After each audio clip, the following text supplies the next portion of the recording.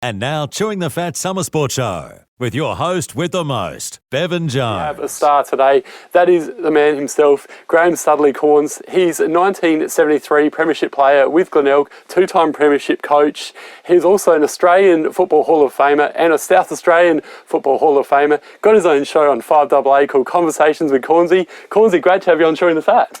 Well, thank you for having me. I'm not sure I'm worthy.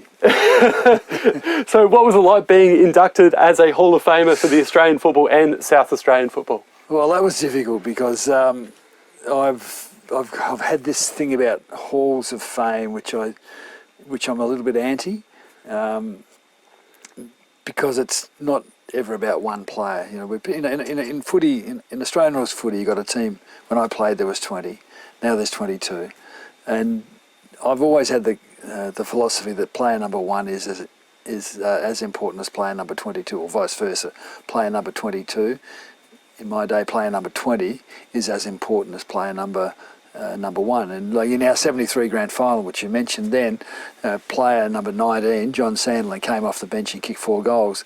Player number 20, Craig Marriott, came off the bench and kicked the ball, which I eventually marked to kick the goal that put us in front. So this concept of elevating one against over others has always been uncomfortable for me, and I'm in 3 halls of fame: the Glenelg one, the Sanford one, and the Australian Football Hall of Fame. So I always thought, in my own, my meandering mind, that if I was ever offered that, I might think about, rejecting it. But when I actually got the letter, that evaporated. That sentiment evaporated in a split second, really, because it's a compliment to South Australian footy as much as anything. It's a compliment to the Glenelg Footy Club. It's respectful of my family. So it was a massive thrill, particularly when you consider the players who are still not in a Hall of Fame who deserve to be there. Look, I'd say all but. There's 1 or 2 in the Australian Football Hall of Fame whose credentials I would query, but everybody deserves to be in the Hall of Fame. There's just so many others who deserve it as much. So that's why I've always, when I've been asked would I sit on a Hall of Fame selection committee, I said no, I will not sit in judgment of peers or guys I played against. But it was a big thrill, and it remains a big thrill. Now, obviously, winning the 1973 Premiership and the 2 as a coach as well, pretty special moments. But what are some of the other highlights of your career as a coach and a player, Graham? Oh, God. Where do you start, maybe? First game's always a big deal, Yep. I was a kid playing footy in Whyalla. I was 19. I'd turned 19 and I was nearly given football away to go surfing. We thought we could be surfers in Whyalla by driving down to the coast, but anyway, the Glenelg invited me down and said, come back at the end of the season, we'll give you a run in the reserves. Well, they didn't give me a run in the reserves. They put me straight into the league team. So we played Sturt at Unley Oval, the reigning premiers. Glenelg had finished bottom the year before. We beat them in that game. Norwood lost on the day they were playing, which means Glenelg went into the finals. We couldn't miss out on the finals. So that was a big deal. The first Crows game was a massive experience, particularly the way that panned out. Our first preliminary final with the Crows, the 85 grand final at Glenelg when I was coaching, that was a relief. That wasn't a thrill. 86 was more satisfying, I'd think. And a couple of the State of Origin games, we beat Victoria on the MCG in 1993, which hadn't been done since 1963, basically. And that 63 team has been elevated into the South Australian Sport Hall of Fame. Well, I've often thought, that 93 team had to do it on the MCG in really tricky conditions. I don't ever think they've got the recognition they deserve. So there's lots of them. There's odd games. There was a game at Norwood Oval where we won the game after the siren, and there's when you talk, the games come flashing back, which is pleasant. And you touched on it before, the 1990 was, of course, when the Adelaide Crows first came into the AFL in their first season. Must have been a thrill for you being the first ever coach of the Adelaide Crows. Wasn't a thrill, no. No? It was an honour that that I realised I had to accept and live up to. There was enormous responsibility because of all the drama with Port Adelaide, and excuse my voice much, with all the drama with Port Adelaide that had led up to the formation of the Crows. So, and we had to assemble a squad first and then pare that down into a team, or get that down to a team of 52, and as well as having a team that was going to be competitive, we had to secure young players for the future. That's why, guys like Ben Hart and Sean Wren and Mark Rasciuto and Simon, like young guys who'd never really played much footy, they were included in those squads. So it was a big responsibility, and I want to make the point, I don't think the point's made often enough. Those guys who were in the first Crows squad, those 60, 70 players who assembled there in, the first week of November of 1990, and were confronted with a training regimen that they'd never experienced before. They trained 13 days out of 14. They had 3 weight sessions in the morning. When they trained right up to Christmas, which that training block concluded with that, now the infamous 100 metre sprints, which they did. So, and they did that without any promise of contracts, without any recompense for it. They did it on the hope that they'd get one of those spots in the 52 squad. So I don't ever think those guys got enough credit. And of course, it was pared down to the team that played against Hawthorn on March the 21st in 1991, and it was just a great night. And you touched on it before with Port Adelaide. I have to ask you this question because your 2 sons were named as power players, and there was that huge rivalry back in the day between Port and Glenelg. It still is. What was it like, though, having your 2 sons representing the ultimate rivals in Port Adelaide? Well, all of those prejudices and loyalties just fly out the window. If you've got kids who play sport, you go and watch them, and you hope they do well, and you hope the team that they're playing for wins. So, if you're a parent of a young player who's going into the draft system, hasn't been drafted yet, it's a terribly stressful time. You're not sure. Are they going to get drafted? Where are they going to get drafted to? Will they have a good career? And I was with Chad. We weren't really sure. He'd been spoken to by the West Coast Eagles. Port Adelaide had spoken to him, and it was ironic given it was more than a rivalry between Glenelg and myself and Port Adelaide. It was a real hatred to be in that towards the end of 1990.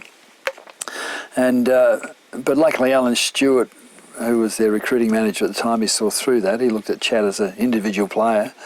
And we were away at the time, and my sports director at 5AA rang and said, "Well, the draft's about to start. I'll ring you in half an hour and let you know where Chad has been drafted to." Well, he ran back in 7 minutes. He said he's gone to Port Adelaide. I said, "You're kidding." Can you cut that out? Yeah. So that was a big deal, and it was sort of tough on Chad a little bit because he had to go to Port Adelaide and put up with the stigma of the name, but he settled in and made his way. But then Kane the same deal. He got drafted, and that was just hilarious. They ended up there, but as it turned out, it was probably much better for them to go to the Port than the Crows, and they stayed in Adelaide. They played together. They both had great careers, and both are premiership players and all Australians. So, I couldn't have worked out. And if I'm really honest, that 2004 Premiership Day was one of the great days of our family. Really enjoyed it.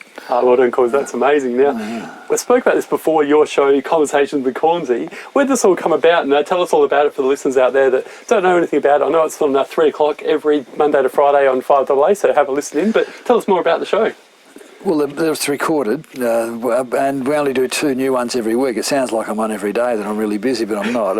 But years ago, back in maybe 2006, we fiddled with it. I wanted to do a little bit more, and the station management at the time allowed me to have half an hour program, and we did a little pilot study of it. I did about half a dozen, interviewed interesting people: Peter Fitzsimons, Terry Britton from the Twilights, Amanda Vanstone, and and I really enjoyed it. But the program never went anywhere. There was never any spot for it. They just used it to fill gaps in programming. And I didn't think any more about it. And then Richard Fidler came out with conversations, which I thought he's pinched my concept. But I'm a huge fan of Richard Fidler, don't get me wrong. And then a year or so ago, when I retired from full-time at AA, and I was just doing little spots, as you might wear, Monday night, occasional Saturday mornings. And the program director said, would you like to do those conversation programs again? We'll make it an hour. And because I really enjoyed it, and it was different than just sport, I jumped at it. So I've enjoyed it. It's working well at the station. So and it's not particularly arduous. And I've met some really inspirational people. So. And speaking of 5AA, you're back with your sparring partner again, KG Cunningham. How's that going for you? Oh God, I need a medal. No, look, we worked together for 17 years, and it was great. Only had one argument, and one serious argument. We had arguments on air, of course, and it was a shock to me when he was, when they moved him sideways, or moved him, or sacked him, if I can be crude, blunt. None of us saw it coming. Well, he says he did. He's the most nervous, apprehensive person who lacks confidence, and every year he's saying, "Oh, I'm going to be sacked." I said, "You won't be sacked. We were rating consistently rating number one, even against Hamish and Andy. Like we were a syndicated, where they were number one nationally. So, but they did. I mean, they moved him on, and to have him back on Sunday morning, it's like he's never been away, to be quite frank. And he's not young anymore, but he's still a professional. He works on like a 9 o'clock program on a Saturday morning. First he got in at 5:45 a.m. I said, "You're kidding." 5:45 a.m. Michael Keelan wasn't even there for the 6 o'clock gardening program. I mean, he's a good guy, KG. He's a really good guy, and it all hasn't worked out for him because he lost Sandra, and he should never have been sacked here, in my opinion, anyway. But he's back, and it's a Saturday morning. I know it's not very much; it's only a couple of hours a week, but it's a lot of fun. Good on you. And just finally, season 2019, it's going to be a big one for the Crows and Port. How do you see them both going, Causey? Could they both play finals? Well, they could. I think the Crows seem to be nicely positioned. We've avoided all the controversy from last summer. Looks like everyone's fit. We don't have any problems with injuries. Or say we. They don't have any. I am an ambassador for them. So hopefully, but their midfield still concerns me. They need more midfield drive. They need a bit more run and penetration outside. Now, a couple of the young kids they drafted are quick and kick long, so hopefully that helps out. Defence looks reasonable. Forward line looks okay if they get good supply, but all depends on the midfield. I'd tip them to make the 8. Port Adelaide I'm concerned with. I mean, the couple of their playmakers have gone. Polek, Wingard, the young fella from the left footer, what's his name? Jasper Pittard. I know he had a few flaws in his game, but he did get drive, and he did get the ball into the forward line. They have to fix their game plan. They've got to be able to get the ball into their forward line quickly. They've got to get a balanced forward line with Charlie Dixon as a figurehead as well. I understand they're moving Jack Watts up the ground a little bit to perhaps get a bit more penetration and run. If I had to put my house on it, I can't see Port making the 8. I'm happy to be proven wrong, except if I have my house on it.